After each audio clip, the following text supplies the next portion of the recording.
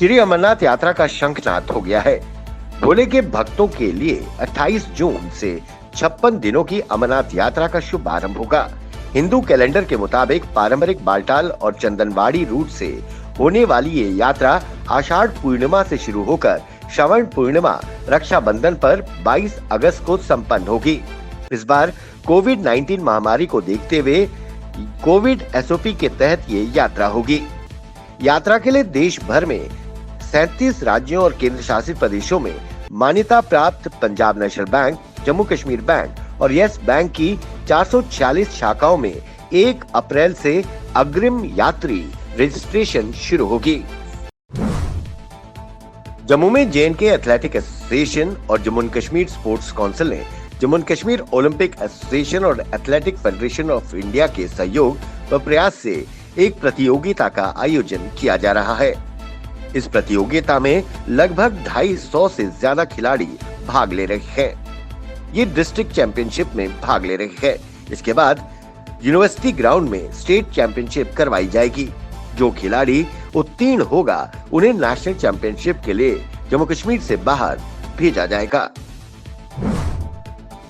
जम्मू कश्मीर में रोहिंग्या घुसपैठियों का आधार और राशन कार्ड बनाने में मदद करने वालों पर शिकंजा कसने की तैयारी शुरू हो गई है। इसके तहत साजिश में शामिल लोगों की पहचान कर उनके खिलाफ केस दर्ज कर कानूनी कार्रवाई की जाएगी। वहीं साजिश में शामिल सरकारी अधिकारियों के खिलाफ विभागीय कार्रवाई पर भी विचार किया जा रहा है। कार्रवाई के तहत रोहिंग्या घुसपैठियों को जारी सभी आधार और राशन कार्ड को निरस्त करने की प्रक्रिया भी शुरू हो गई है। कश्मीर घाटी के शोपियां के रावलपुरा में बीते शनिवार रात से सुरक्षा बलों और आतंकियों के बीच मुठभेड़ जारी थी। आतंकियों के भागने के सभी रास्ते सुरक्षा बलों द्वारा सील कर दिए गए थे। बीती देर रात तक आतंकियों को सरेंडर करने के कई मौके दिए गए। दावा किया जा रहा था कि घेराबंदी में जैश-ए-मोहम्मद का स्थानीय डिविजनल कमांडर विलायत उर्फ सज्जाद अफगानी भी है। इस बीच मुठभेड़ में सुरक्षा बलों ने एक आतंकवादी को मार गिराया। वहीं मारे गए आतंकी के कब्जे से एक M4 carbine, 3 magazine, 36 armed piercing rounds और 9,600 नकदी बरामद की गई है। कश्मीर में आतंकवाद पर लगातार प्रहार जारी है। पुलिस ने श्रीनगर में 9 मोस्ट वांटेड आतंकियों के पोस्टर जारी किए हैं। इनमें रेजिस्टेंट फ्रंट जम्मू कश्मीर नामक आतंकी संगठन के कमांडर अब्बास शेख, हिजबुल मुजाहिदीन के आतंकी यूसुफ कांतरू से लेकर 1 महीने पुराने आतंकी शाहिद खुर्शीद भट्ट भी शामिल है। कांतरू 9 साल पुराना और सबसे उम्र दराज आतंकी है। पुलिस ने जानकारी देने वालों को उचित इनाम देने का ऐलान किया है। पश्चिम बंगाल और असम समेत देश के 5 राज्यों में विधानसभा चुनाव होने हैं। केंद्रीय गृह मंत्री अमित शाह विधानसभा चुनाव में भाजपा को मजबूती देने के लिए असम पहुंचे।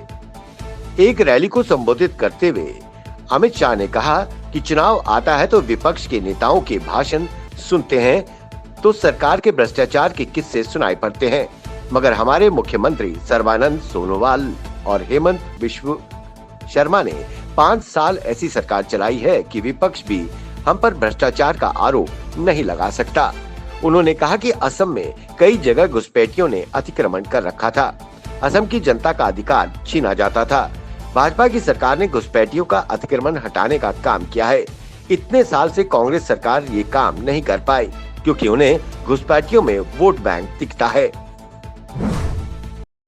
ट्रैफिक पुलिस जम्मू ने शहर के सड़कों पर होने वाली अवैध वाहन पार्किंग को रोकने के लिए विभिन्न बाजारों के एसोसिएशन एवं मोहल्ला कमेटियों से सहयोग की रणनीति बनाई है। ट्रैफिक पुलिस इन एसोसिएशन के पदाधिकारियों से बात कर उन्हें उनकी दुकानों के बाहर होने वाली अवैध पार्किंग को रोकने के लिए प्रेरित करेंगे। ट्रैफिक पुलिस बाजार एसोसिएशन से न सिर्फ सड़कों पर अवैध पार्किंग रोकने के लिए कहेगी बल्कि फुटपाथ पर होने वाले अवैध कब्जों को रोकने के लिए भी कहेगी। दरअसल शहर में अवैध पार्किंग ने विस्फोटक रूप ले लिया है, जिसके चलते शहर की सड़कों पर जाम की स्थिति बनी रहती है और सड़क हादसे भी होते रहते हैं। उच्च न्यायालय ने भी अवैध पार्किंग को रोकने के लिए सख्त निर्देश दिए हैं। जम्मू संभाग के जिला पुंछ में जम्मू कश्मीर पुलिस की तरफ से शहीद डीएसपी मंजीत सिंह की याद में शहीदी दिवस मनाया गया। शहीद डीएसपी मंजीत सिंह 2003 में पुंछ में तैनात थे और वो आतंकियों से लड़ते लड़ते देश के लिए शहीद हो गए। इसी के चलते जम्मू कश्मीर पुलिस की तरफ से डीएसपी मंजीत सिंह की याद में हर साल शहीदी दिवस मनाया जाता है।